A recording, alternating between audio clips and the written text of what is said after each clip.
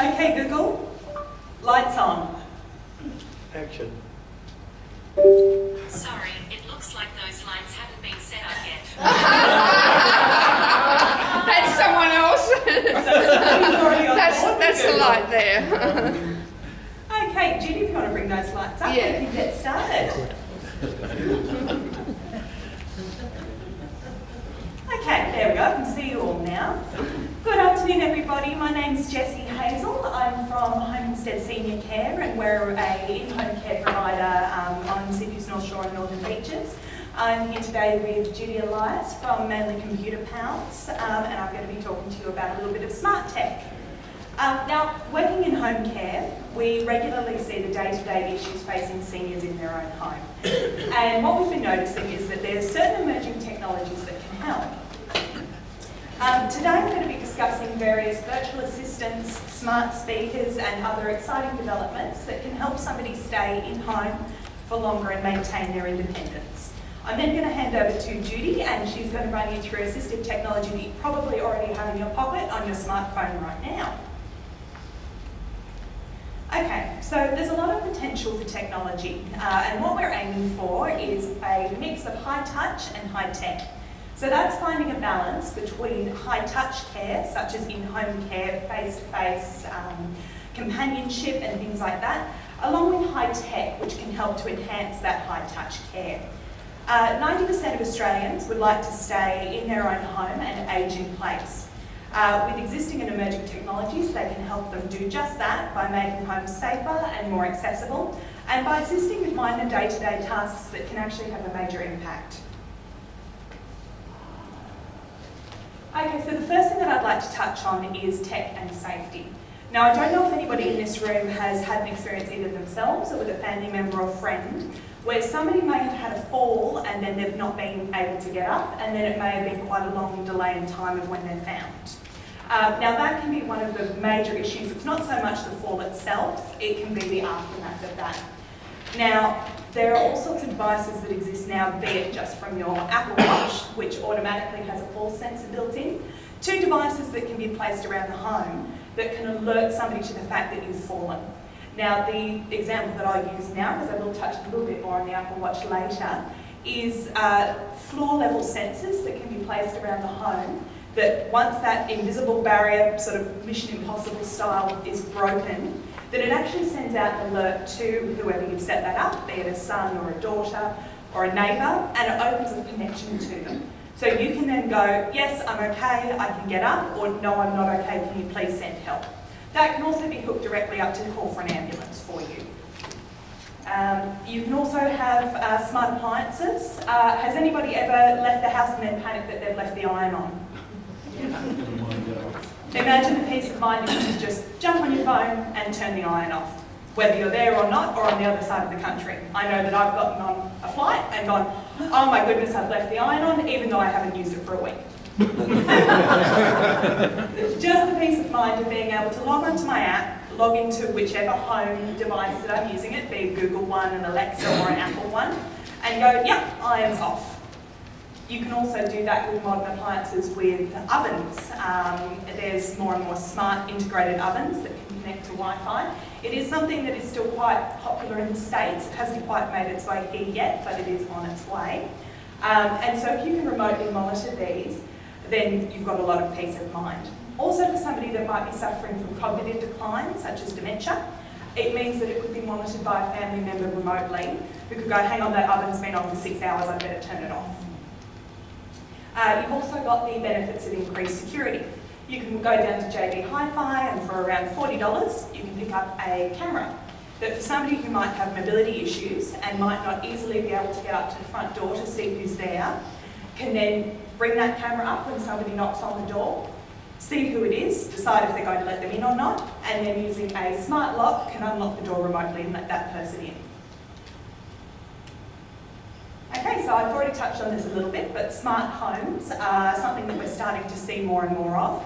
This can be from homes that are currently being built and developed as smart homes from the ground up. So they come completely ready to go, just turn your Wi-Fi on and everything's all hooked in.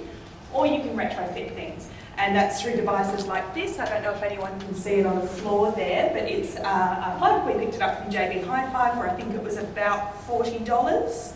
And that can be plugged into any existing socket, hooked up to your Wi-Fi, and turns any device into a smart device. These are all controlled with voice command or with an app on your phone. It's very easy to set these up.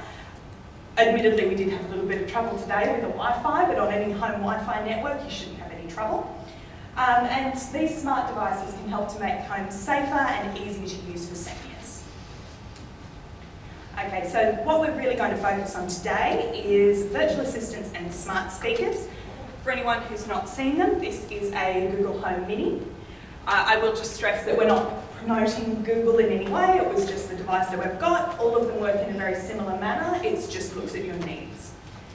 So there are 4 main virtual assistants, one being Siri for anybody with an Apple phone or an iOS product, Google Assistant, which will be demonstrated today, Amazon Alexa, and then Bixby for the smartphones. Virtual assistants link in with a smart speaker or work directly with your phone. You can do anything as basic as sending an email or a text message, making a phone call, checking the weather, setting reminders and alarms, playing music, and answering any random question that you might have.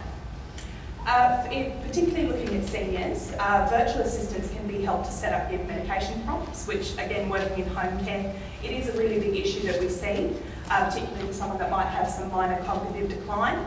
That medication prompt could be the difference in a family's decision to put someone into residential care or keep them at home. It's funny, sometimes it is really those tiny little minor things that we normally wouldn't think about, and there's a very, very simple solution that can make a huge difference. You can also use them to set or make doctor's appointments. For anyone that's had any experience with home exercise programs, it's basically going back to the good old days of Oz aerobics, and this will run you through an exercise program. There's all sorts of ones available, or it can be tailored for you by a physio. You can have mental stimulation, games, entertainment, ebooks are fantastic for somebody that might be suffering from some eyesight decline. Then they can listen to books. There's fantastic, all sorts of different fantastic apps that have, tens of thousands of books, more books than you could ever get through. So they all work using voice command, or you can use them through your phone, but typically they use voice command. They do use voice recognition, but can be set up to recognise more than one voice if you've got a household with a couple of people or even a family.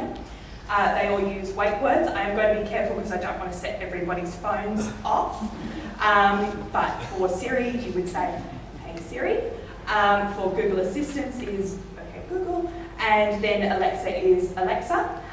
However, Alexa can change because they did realise that there are people named Alexa, and it's pretty annoying if you keep setting it off every time you say your own name. Now, if you are deciding between any of the different technologies, there's quite a few out there, the main factors to consider are what technology you're currently using, so what you're currently familiar with. So if you are an Apple person, then maybe the HomePod would be best for you because it's what you're familiar with and it will link in with everything.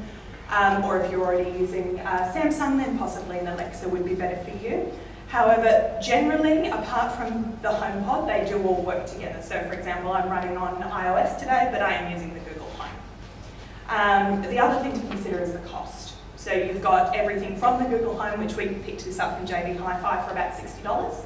I think it was on special, but it's not that much more when it's not. All the way up to the Apple HomePod, which is around the $500 mark. So it's a little bit more expensive, well, quite a lot more expensive, and then everything in between. So it's just weighing up what you would be using it for. Essentially, they all do the same thing. It's just what you would need it to integrate with.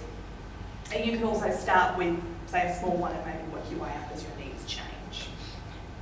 Okay, so touching on Siri, which is the iOS product, I'm sure a lot of you have had experience with Siri.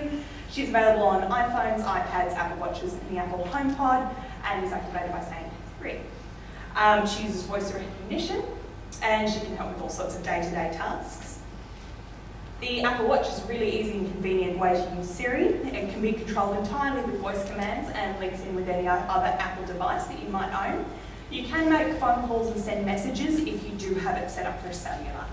Now, one of the really cool things with the Apple Watch is It can basically turn into a vital call without looking like you're wearing a vital call, which I know from my experience with our clients can be a really big barrier. You don't want to be seen to be needing that help, especially if you might be on the younger end of the spectrum and there's sort of feelings of embarrassment associated with it. No one's going to notice an Apple Watch.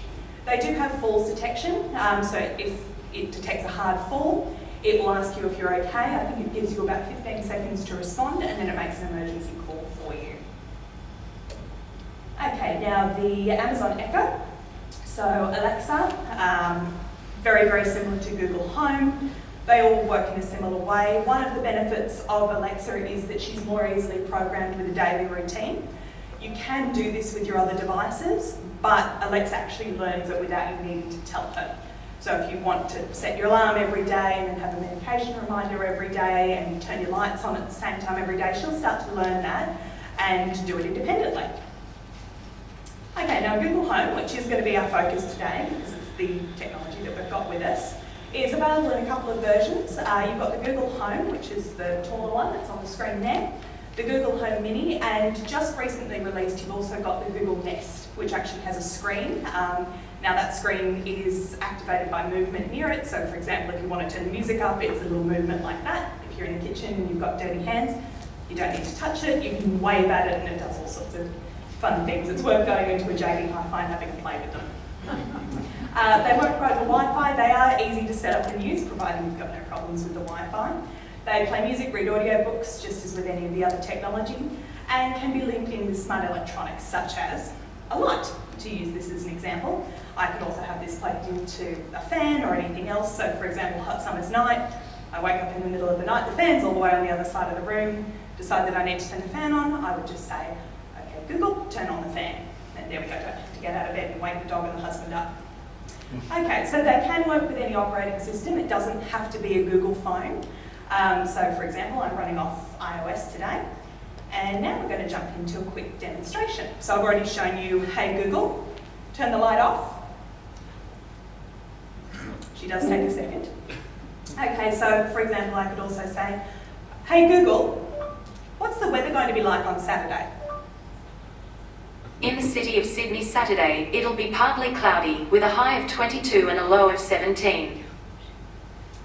Or I could say, hey Google, can you please add milk to my shopping list? What would you like?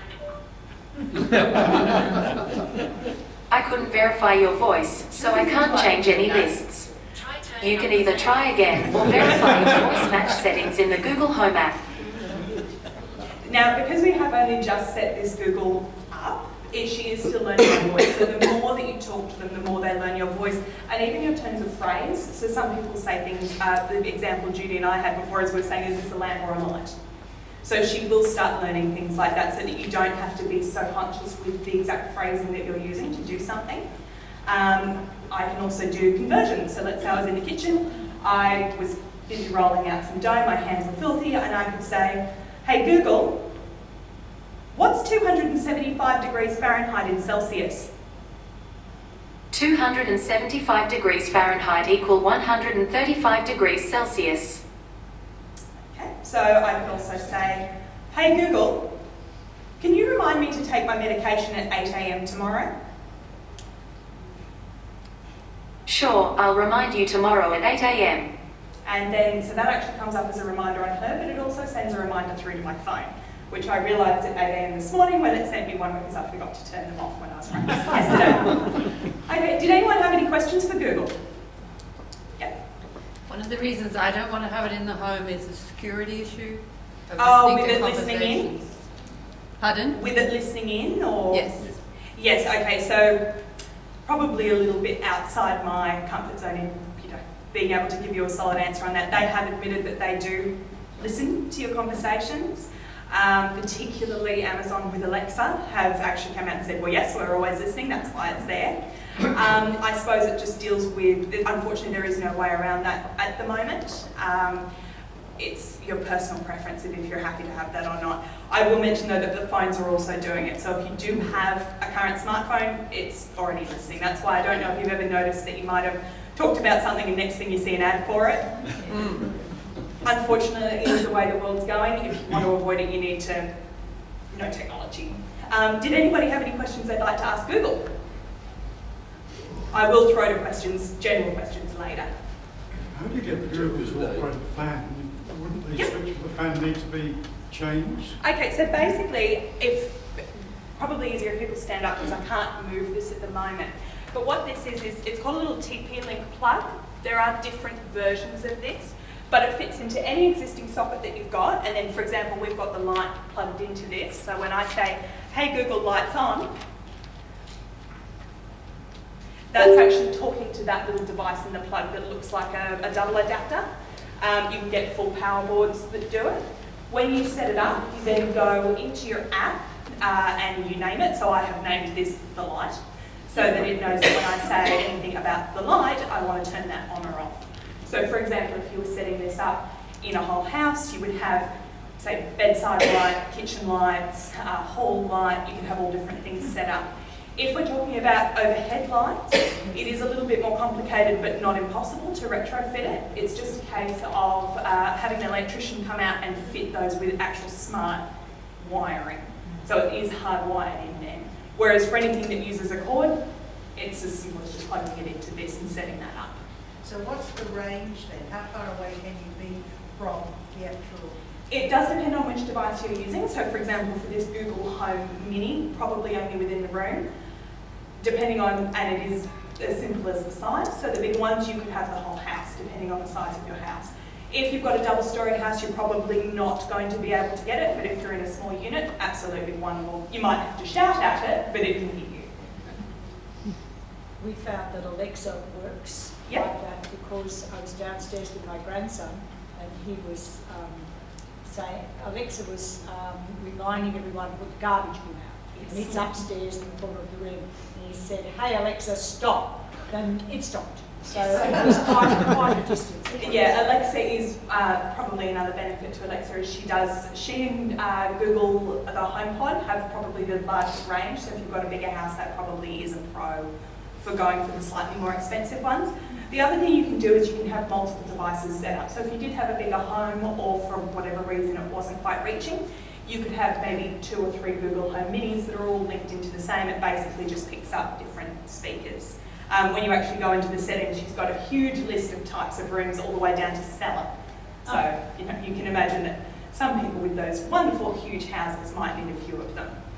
I saw a program, I was watching a series last night that's a bit futuristic, and in one scene the family are all in different locations, Yep. and basically what they were doing was setting up a conference call via voice activation. Yeah, absolutely. Is that a possibility now, or Yes. is that... Oh, okay. It all depends on what actual phone you're using and making sure that it is connected, but you certainly could say call, and then you would, I believe the command for Google Home is add and then whoever it is to the call, and you can conference call through them. I do have to be mindful of time, so just quickly before I'm going. So just quickly, one of the really, I think, nifty things with these is you can set up something like a routine. So for example, when I'm going to bed, I'd like to turn all the lights off, I'd like to turn any music that I've got going off, I'd like to turn the air conditioning off, get ready for bed. So I could say, let's just add some music playing. So, okay Google, play some music. All right, music on YouTube Music. Here you go. And then I would say, okay Google, I'm finished. She got rid of that quick.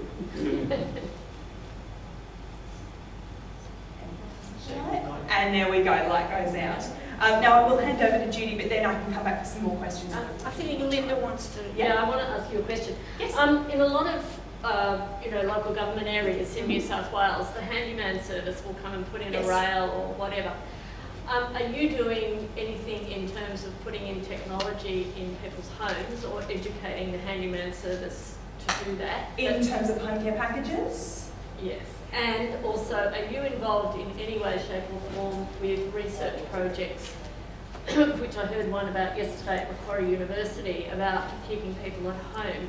To me, this seems like a fabulous thing for researchers to be looking at in terms of, if somebody has technology which does this, do they stay at home longer than? Yeah, I'm actually not involved personally, but I know particularly at the moment there's a long-term study going on down at the University of Melbourne, particularly focusing on connectivity through technology and how that can reduce feelings of depression and help people stay at home from that perspective. They did do a very short-term study last year that only had about 100 people involved, but they saw some really fantastic results in reduction of senior depression, just from based on the connectivity with people. It was a really, really simple program where each person who was involved went on a closed social media network and posted one photo a day. Now, then people started commenting on those photos. The example that they liked to use was somebody posted a picture of an old biscuit tin. Somebody else then said, oh, those were my favourite biscuits growing up, and they started chatting. And then after the program had finished, a whole lot of these people started maintaining those connections. In terms of actual technology keeping people at home, I think there are some very preliminary studies underway, but it will be a while before we see any results. And are there any organisations actually setting up the technology? At this stage, no, it is a bit of a new frontier. Yeah, okay. Thank you. In terms of home care packages, we would find an approved service provider, an electrician who is familiar with this and could set it up if that was the request of a client. So that would all depend on who's providing your services and organising that for you.